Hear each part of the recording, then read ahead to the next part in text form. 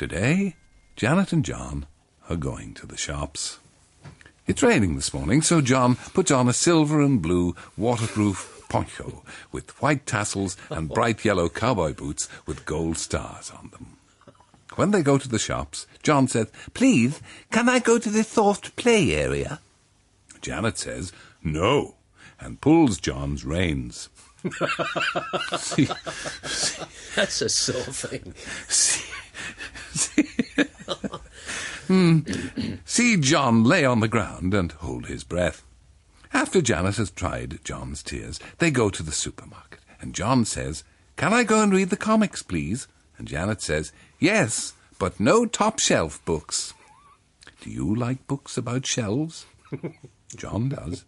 While John is reading the October edition of Mighty Organs, someone taps him on the shoulder. "Hello, John," says Mrs. Hersey. "Hello, Mrs. Hersey," says John. Mrs. Hersey says, "I was just in here looking for my bridge magazine. We often make up a four with Mr. and Mrs. Ratcliffe or Mr. and Mrs. Geddes from down the road." "I like playing card games," says John. "My favourites are Old Maid and Happy Families." Mrs. Hersey says, "Have you ever played bridge?"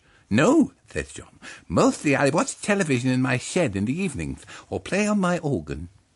"We never bother with the television these days," says Mrs. Hersey.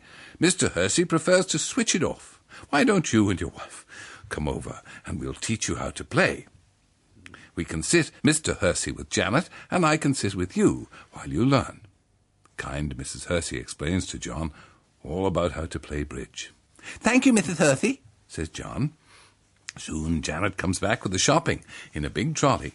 "Hello, Janet," says John. Janet says... You lost it for a moment, but it's getting worse again. Janet says... "Who was that lady I saw you talking to?" And John says, "That was Mrs. Hersey. She was telling me all about a game she and her husband play with other couples from the road in the evenings. Mrs. Hersey says we should join them for supper and a few games. They don't bother with television and most evenings have it off. And she said that Mr. Hersey would be happy to teach you what to do, and said they usually manage to get through at least 4 rubbers."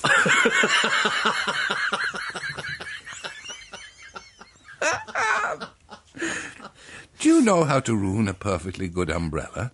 Janet does. Hear the screams. Poor John.